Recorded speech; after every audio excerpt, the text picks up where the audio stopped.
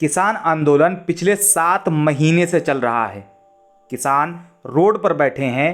गर्मी तो चलो ठीक है, लेकिन कड़कड़ाती ठंड, और वो भी ऐसी कि इंसानी जिस्म ही क्या बल्कि रूह कपकपाने लगे। और उसी में बारिश, मतलब ले दे के बात इसी पे आती है, या तो तुम रहोगे या तो हम। लेकिन किसानों ने हमेशा की तरह अपना बड़ा दिल दिखाया और बोले, डियर विंटर आओ तुम भी रहो, लेकिन हम ज़रूर रहेंगे। हाय गाइस, वीडियो शुरू करने से पहले आपसे अपील, प्लीज़ चैनल को सब्सक्राइब कर लें और बेल आइकन पर क्लिक कर दें। दुनिया एक बात कहा करती है, India is a agricultural country. सही कहती है। भारत एक कृषि प्रधान देश है, लेकिन अभी के हालात को देखते हुए ये कहा जा सकता है, India was a agricultural country. Bharat एक कृषि प्रधान देश था।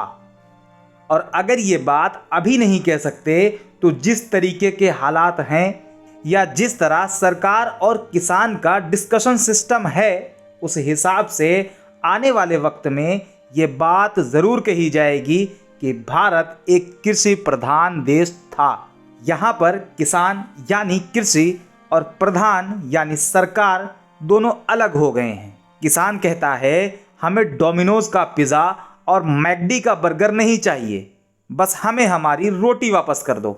सरकार कहती है, नहीं, हम आपको बर्गर पिज़्ज़ा खिला के ही छोड़ेंगे, लेकिन हाँ, इस बात की गारंटी नहीं देंगे कि ये बर्गर और पिज़्ज़ा कब तक खिलाएंगे। मेन प्रॉब्लम यही है। सरकार देश के किसानों के लिए एक कानून लाती है, जिसे इंडियन एग्रीकल्चर एक्ट ऑफ 2020 कहा जाता है। इसे ज़्यादातर लोग फार्म बिल्स के नाम से भी जानते पहचानते हैं।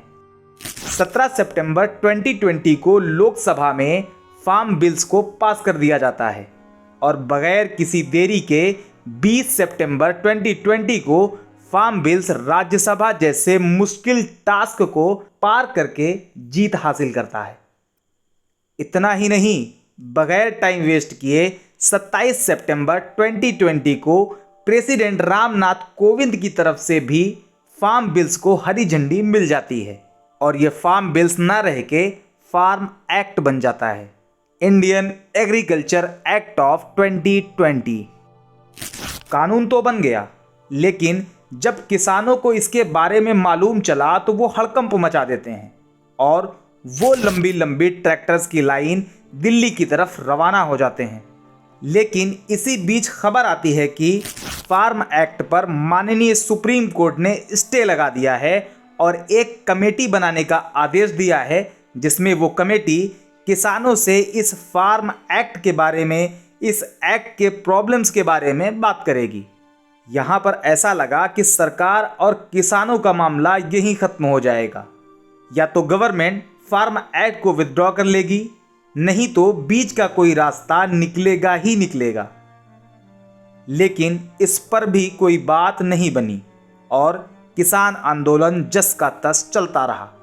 आंदोलन की वजह से रोड्स बंद हो गई, तो वहाँ के रेसिडेंटल पब्लिक को प्रॉब्लम फेस करनी पड़ी।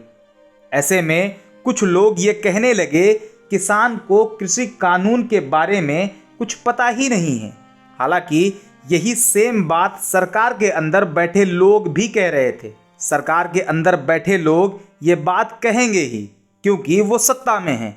लेकिन जब पब्लिक ये बात कहने लगे तो सोचना पड़ेगा, क्योंकि सरकार चाहती ही थी कि ये मामला पब्लिक टू पब्लिक हो जाए, फिर यह आंदोलन खत्म होते देर नहीं लगेगी।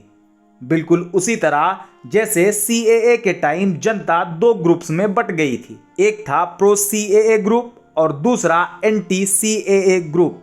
ये करने में मीडिया का भरपूर रोल रहा, CAA के टाइम पर भी और फार्म एक्ट के टाइम पर भी। चूँकि CAA कम्युनिटी बेस्ड प्रोटेस्ट बनकर रह गया, लेकिन फार्म एक्ट में इन्हें वो धर्म वाला एंगल नहीं मिला। हालांकि न्यूज़ रूम में एंकर्स के द्वारा पूरी कोशिश करी गई थी, लेकिन कामयाबी ना मिल सकी। किसान आंदोलन धीरे धीरे विकराल रूप लेता गया, और सरकार को मजबूरन उनसे बात करने के लिए उन्हें इनवाइट करना पड़ा। सरकार और किसान के बीच बात तो हुई लेकिन कोई हल नहीं निकला। इस पर सरकार की तरफ से फिर से न्योता दिया गया। फिर सरकार और किसान के बीच बात हुई लेकिन इस पर भी कोई बीच का रास्ता नहीं निकला। इस तरह सरकार और किसान के बीच 11 बैठक हुई लेकिन फार्म बिल्स पर मामला जस का तस बना रहा।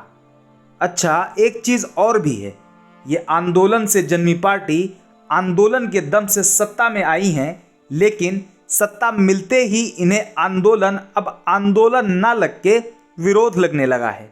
आप एग्जाम्पल देख लीजिए, जेएनयू के फीस बढ़ने के विरोध के आंदोलन से लेकर सीएए और अब किसान आंदोलन तक सरकार इन्हें अपना विरोधी मानती है।